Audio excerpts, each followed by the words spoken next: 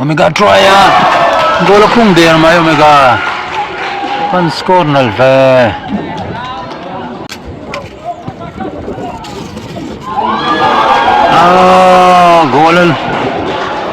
Goal letlat maya. Drop chera Zerman dale thave. Zerman ball tha dale dan no one goal alo chantir.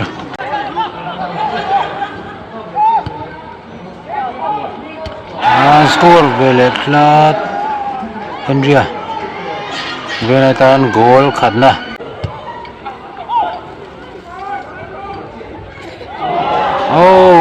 Chu Sokla. Man of the match, jersey number 2, Rinnoa. Defender, last man. Kampui không mày.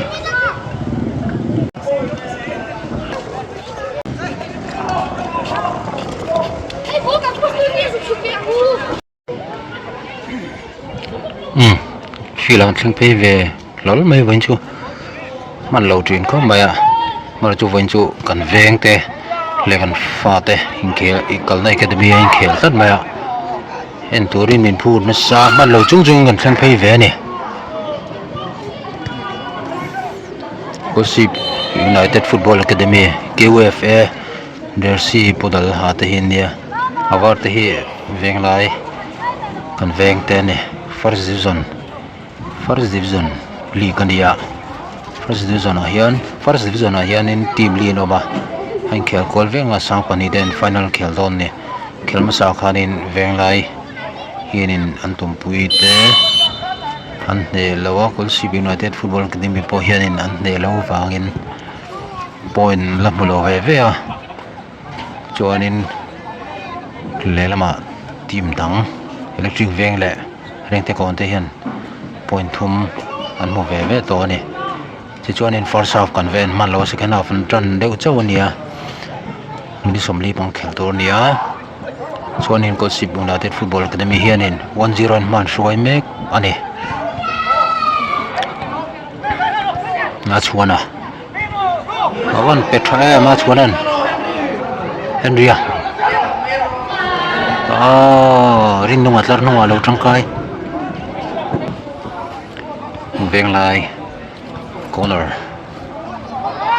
avan tuve run lan lu trasin wale Kolasib United Football Academy hian coach si sar patea sarin puya ten dia kapten ma puyan ball petrakhop mai defender rain roll shalemea Next day 2 second match back the heat jersey fall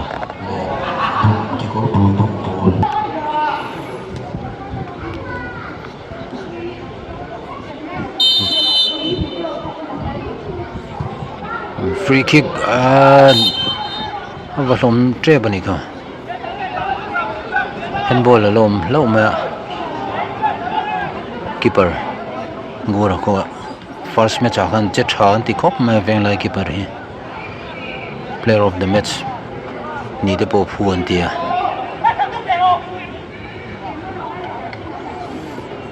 rinoa ava bum tram Jermia lai ron chung lu tha bertanin Jermia bokan pelet le ava teu thok ve chantel lu don tlan mai Venglai lama hian heten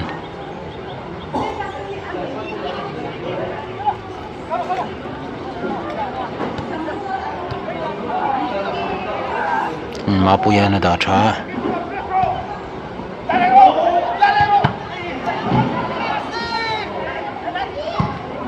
clear ball kesia clear trap up home me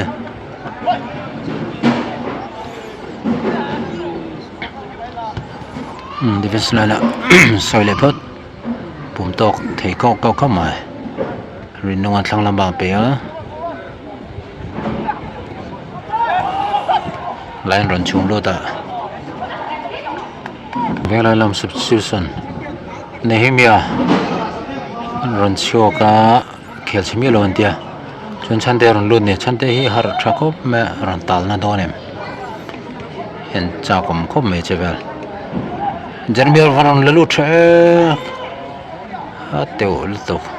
defender run just thakop me Kolasib United lampangin reset le phota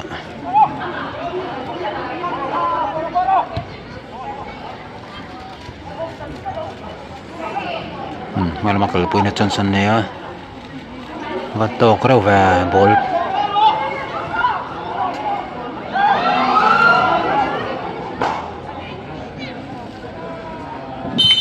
Venglai left back hi kesi hi nakum lama hianin veteran tournament khel role ni chobe don che ti chungchon in first division team a thathakin la khel the lom khome tunen omega ludoni jersey number 49 Anni himania junior Mizoram team ay ozukal khania chuan tu la hian ham thatna po amonga la khelo India tang hianin stipend thathin amudon ni ron chet azu chet khom me tuna po hian ron tangkai le view na rino mani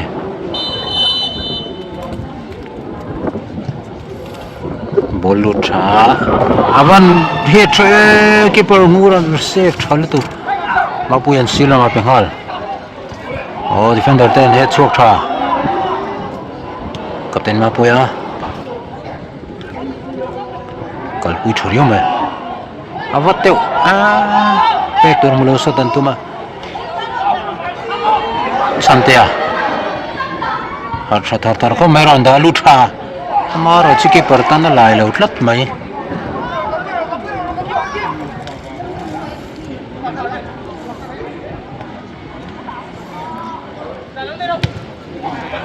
captain in omega titlo ngal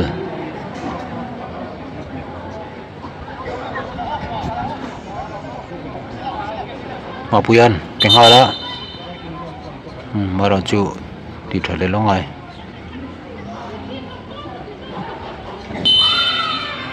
bol chelai pet wang kha pet thale ni defender he chok tha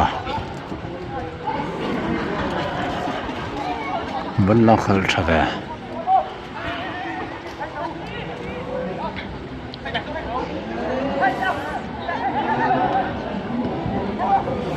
full out lat tha chu Jeremiah reset le rinongan pile le ngal batlok te oya rain roll thal tung a chuana tang thei khop mai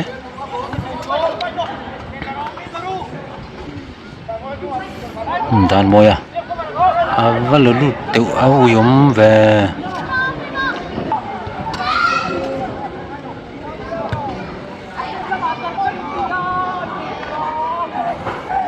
Jeremiah silama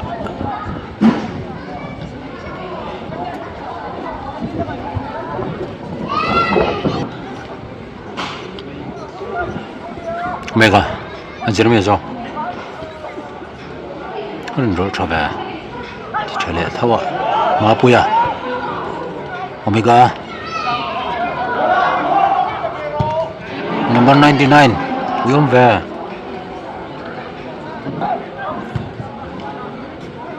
chante dan bolon vorpeya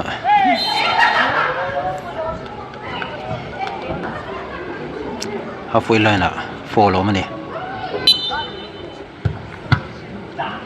nhưng mấy con biệt biệt lắm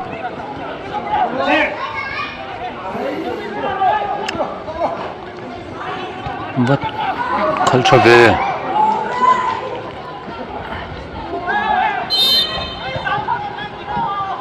lan pui trap pom view mà là chú tổn nào hết chuyện rồi về tới nếu là cái hả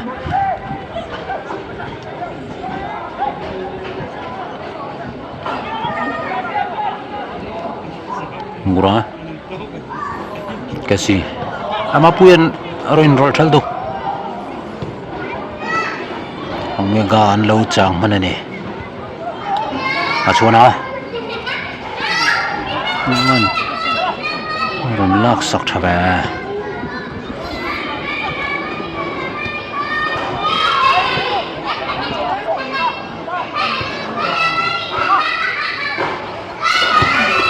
ringki ma over level na kesian pet sak tha khop mai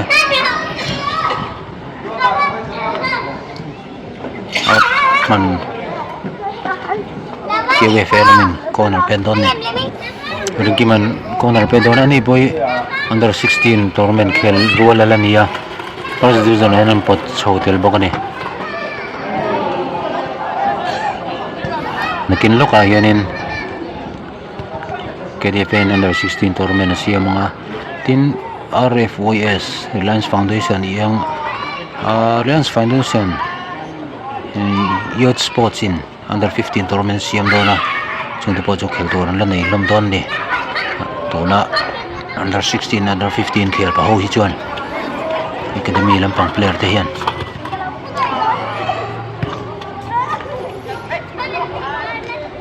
an 316 al lemaya omega tan ava han rem teu ase offside position lom shim shim meden vai to shim shim me Venglai team hianin police player tha han lut ve nualam pathum velan luta siam kima pom bokani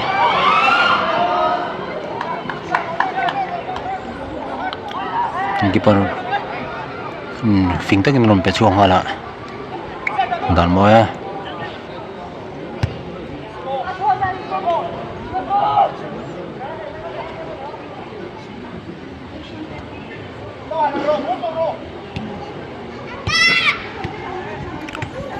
arin rol chal duk siam kima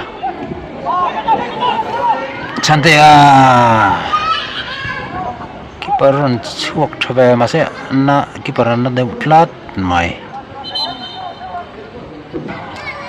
chante an score na chance ani don mo te keeper ron chuak ta khom maya keeper te hian din mon hi poimwa hoi sen ngai thin box ya physio tlan lu ngai boi pui lok don ne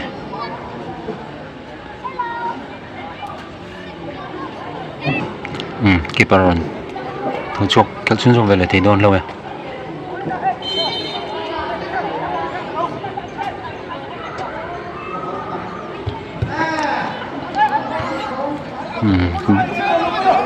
counter thei don em omega avan pitok teu ai ya teu lo tu velai la men ti thale chi khoi tok ve a chuana put thakop mai a chuana khu ta kon thlan tur ne amara ju sota thanga keeper ma save hem ringki ma peter thaltuk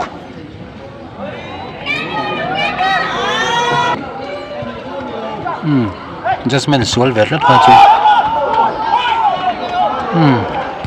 in drone ti khan hela yan out kan just sol boka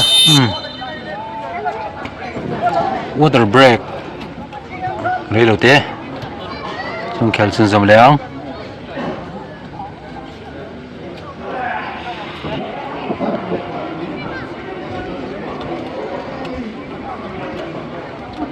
sarpatia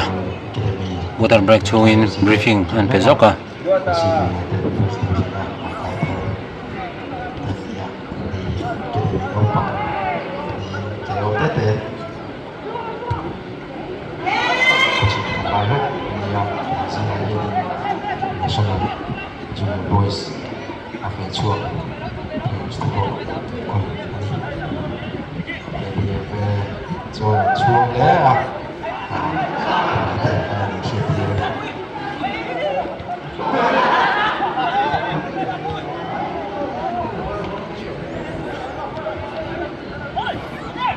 chuana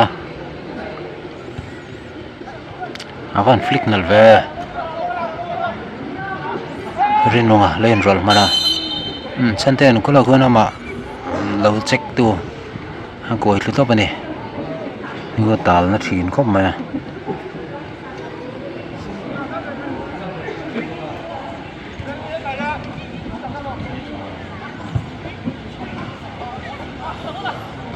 vẫn in action lom nuol này lại ha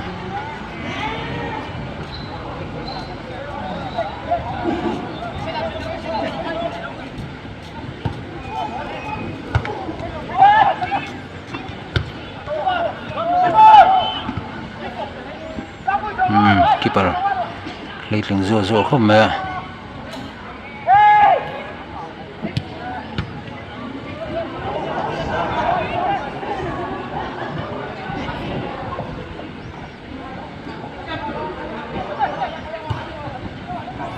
Malman dar chale mai KUFC Academy lemen halo sir shed zog ne mo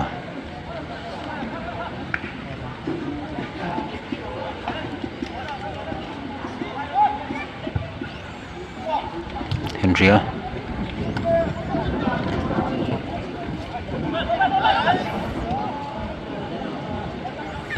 reset lebot kibar bet chuak chelawa tlan nunga ri nunga te in rem foot tlat me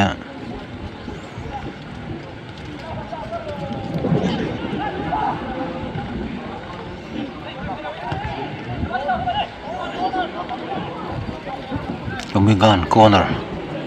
valo chuak ni Academy lemen corner he chu tra ve la lemen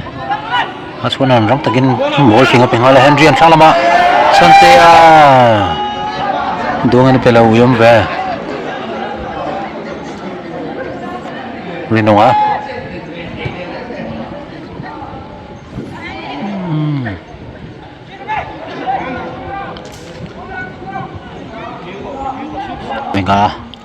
Omega try goal khung der mai Omega pan score nal ve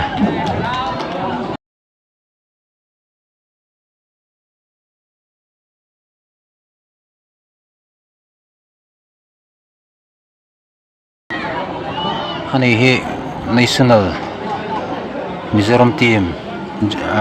junior national zukal ve ngat khani mani khanin zui khelhna bohan goal zuk khong ve ni china kan soi khania khelo India point zui ngala satin khelo India tangin tuna hian stipend ala dona lampui khop bai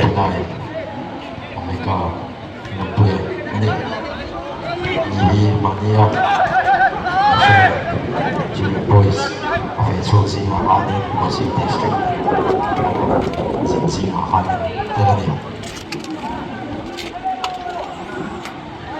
nawa ball dongai ti main ron chuwa vela lemen ron counter vela chuana kal pui tlang teu ve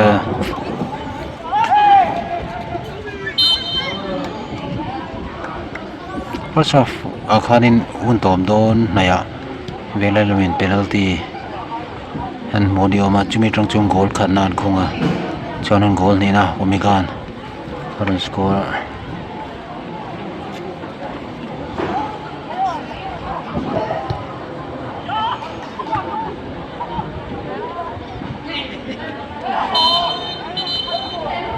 fault lat maya katan Omega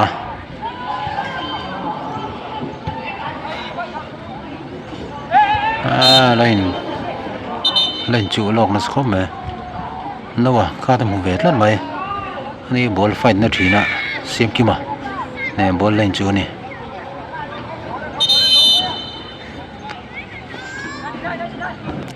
substitution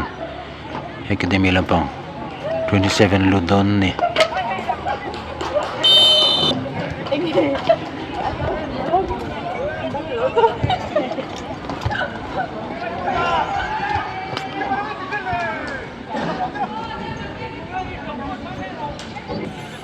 Venglai lemen corner man trong kai hun to khop me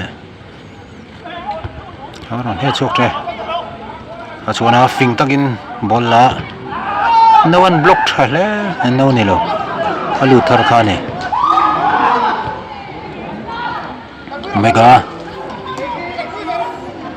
Omega tlan pui thale me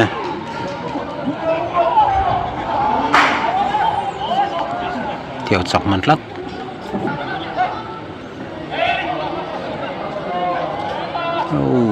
quay thuyền xe mà phô lâu thì tlat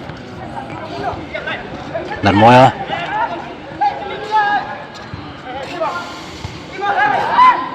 Rengtekawn-in teachers đấy mày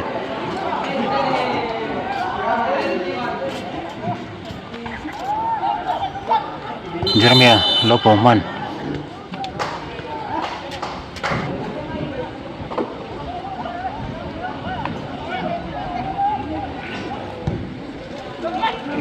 chuana bada lu tok ma rinong ten tok chak liu ma mapuya apui long bol a pek tum nangen masro solom son long khar mana rom pe chole ngala la phatlat mai 27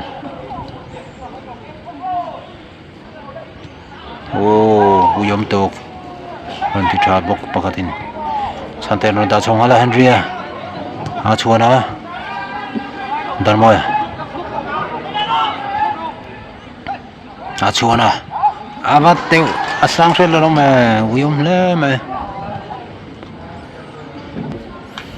a chuana khel la moi khom me an senior ve Rengtekawn-in ni ko no pangte mo kan ti chungin senior player lo ni vele mandir ma au mon puya po striker lanchak ni khania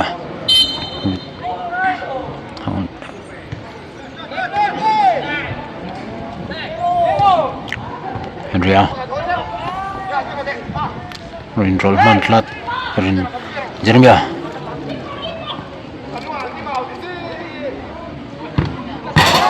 kesian pera dan boy la chuaka kesian troina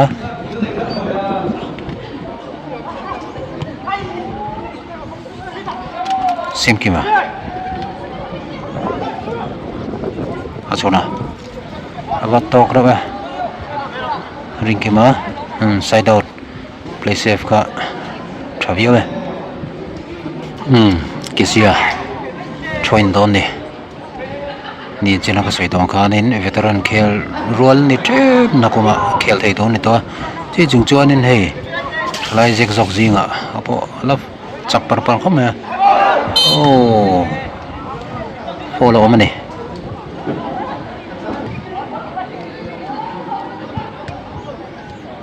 ni ron lang le khuwa duai view khania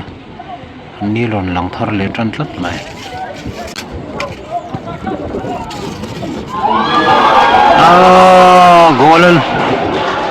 goal le tlat maya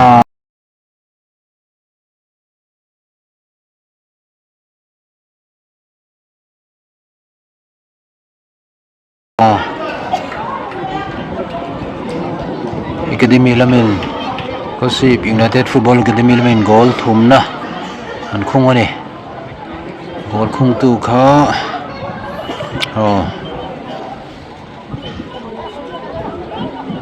jersey number 22 ani ria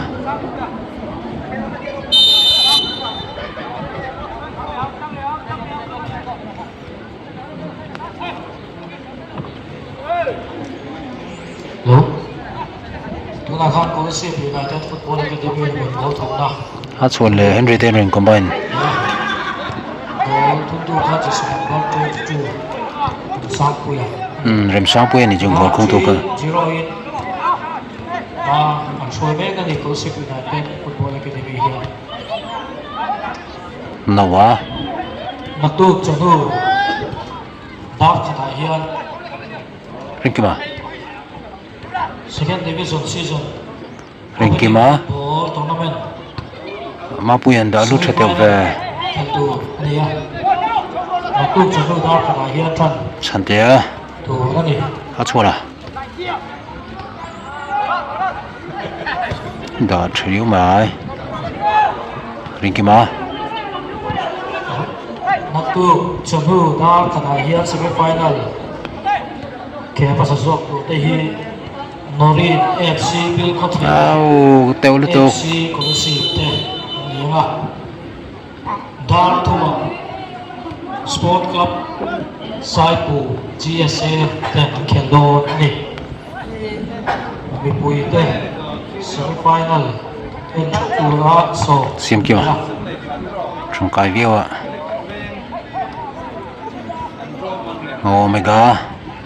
Omega trong bụi thấy trên Jeremy lăng á Auyum fa mapuya bol ko sim ki warin rcha reno head le chavio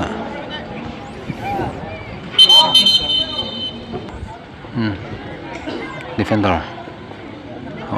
khelhsun sum vele thelo khangla panga rinoan bol tha peng hala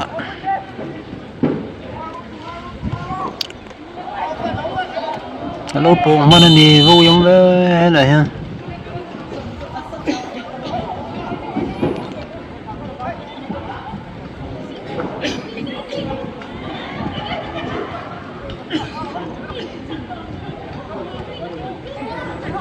chante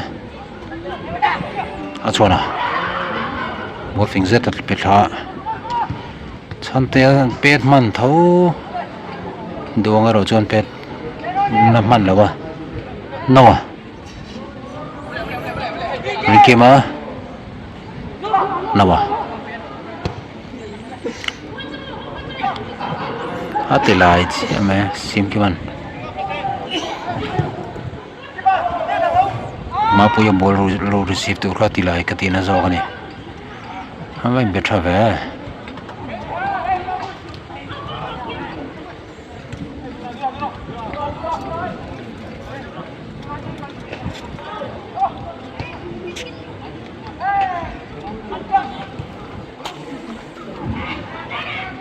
defender rental review mai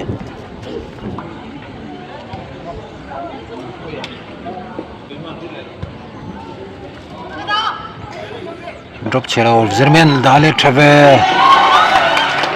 Zerman ball tha dale na one goal alo chantir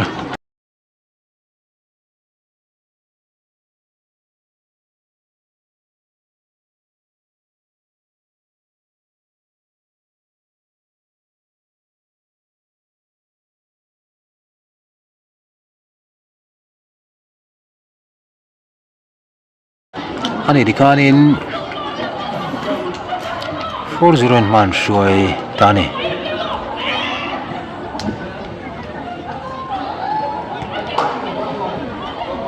Kolasib United Football Academy la min goal na puno da goal to ka jersey number 42 hram moya ani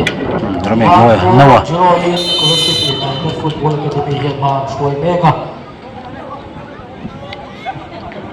hun ala top lova second half to na yen khelhnaah ani omega haron la thale mai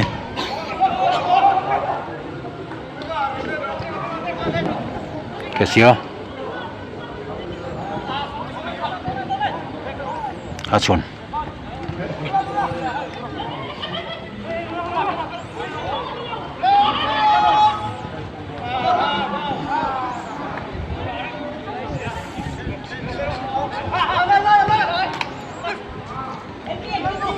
Henrien Salamaro Petra Apong man to ma se manat lan le ha lan le ha la va thave ti dan au yomani cross thalo ain Petra sin mala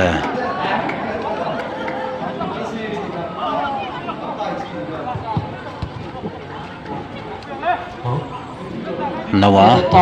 2 minutes do pong man ne edit time man in there maya second half pogan of clonin kan zuko varman lautina ni hi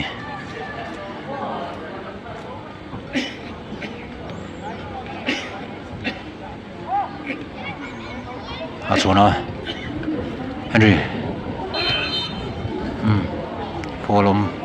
vela la main free kick pe vela don ne goal train lalu tuk lawa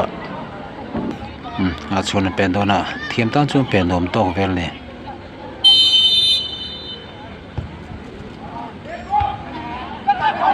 het chuk tha khop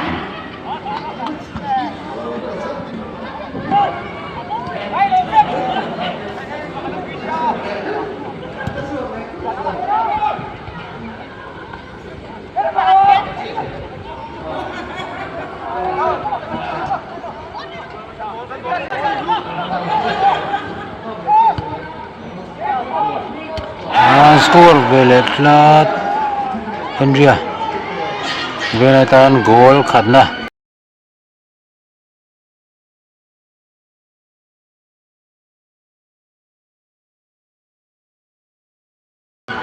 Henry an tawlu dani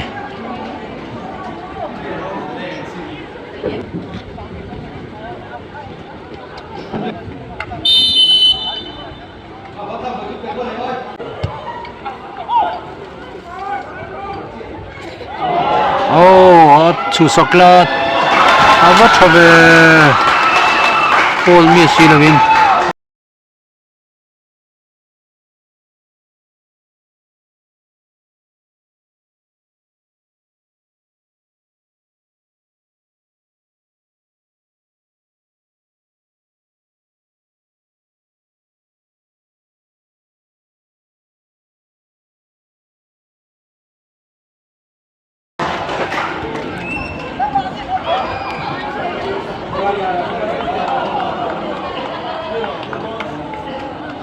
goal score tu kan left back and left wing number kan mu thei no kan siang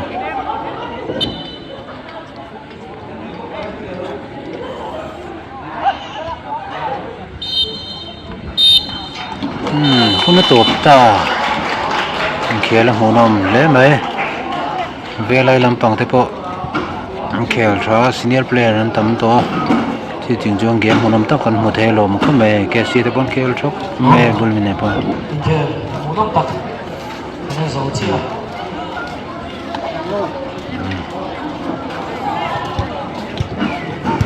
matu chima ko tak khan chak zo kan lampuya chalo zo kan ui pui le mai khel tur dikhan an la nei nual do na khel ni ve ve an la nei ne